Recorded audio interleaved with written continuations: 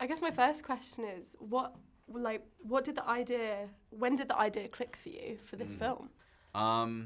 It was after Prey, and I was trying to think of, they might ask me to make another movie. What do I even want to do?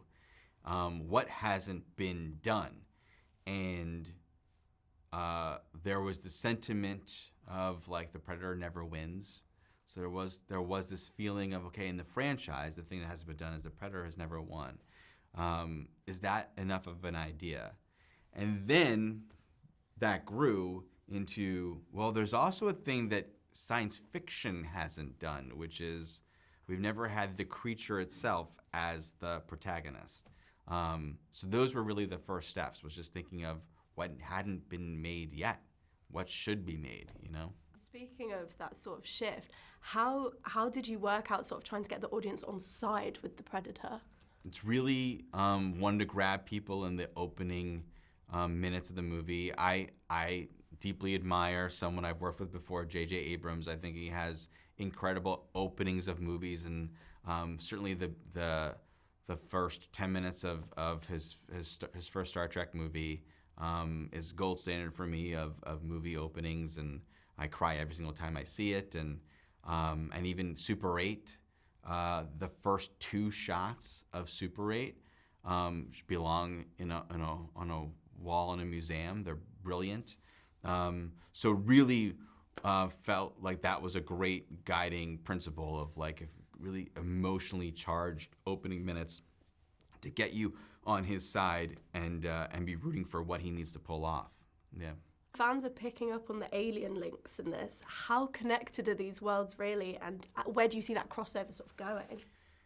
You know, there's Weyland-Yutani is a huge force in this movie, and I think, to me, it's so much cooler that there's no xenomorph in the movie. This isn't like we're grabbing all our action figures and we're smashing them together.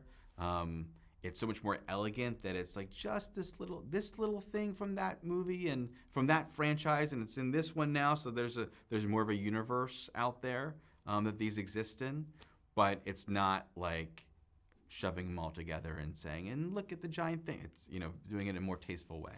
It was a bold move to take out humans from this film.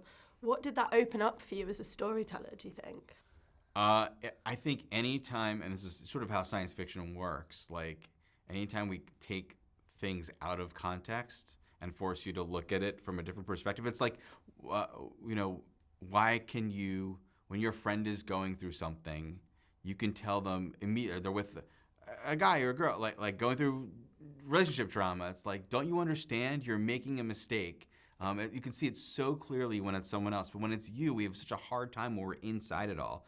So it's the same thing. I think we're stuck in present day trappings with cell phones and whatever makes up the things that are part of our lives. When you take a step back and look at things through the lens of science fiction or fantasy, it allows you to really understand things at their roots.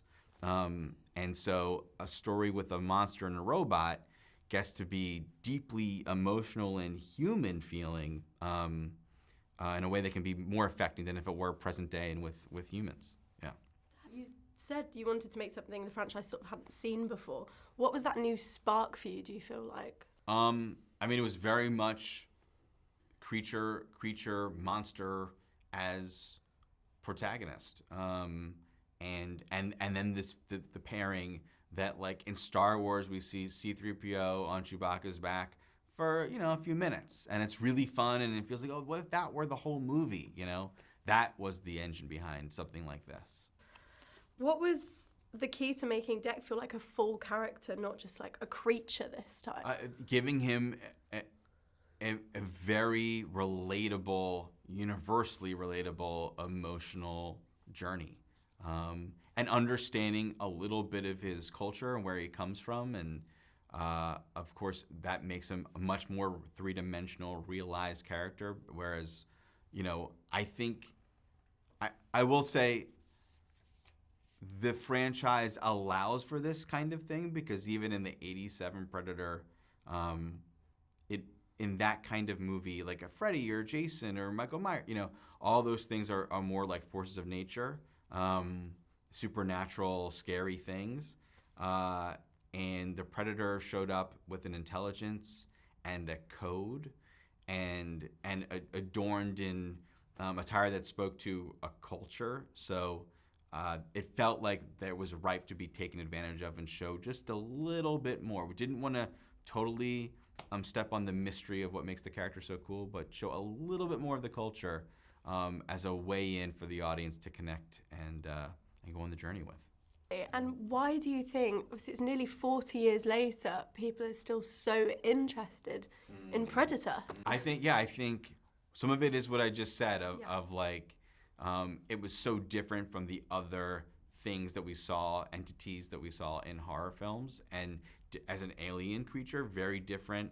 And the design, there's Predator, there are people that grew up watching it, and there are people that did not, yet still are aware of the character because it lives on in Halloween costumes and just is a part of pop culture. So yeah, the design is a huge part of it, both aesthetically and conceptually.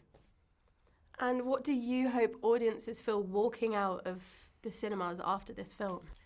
I hope they feel charged up. I love when I walk out of a movie and have like a surge of life in me after what I've just seen. And I think this movie is very much a full meal. It's deeply emotional. There are laughs. There's upsetting things that happen.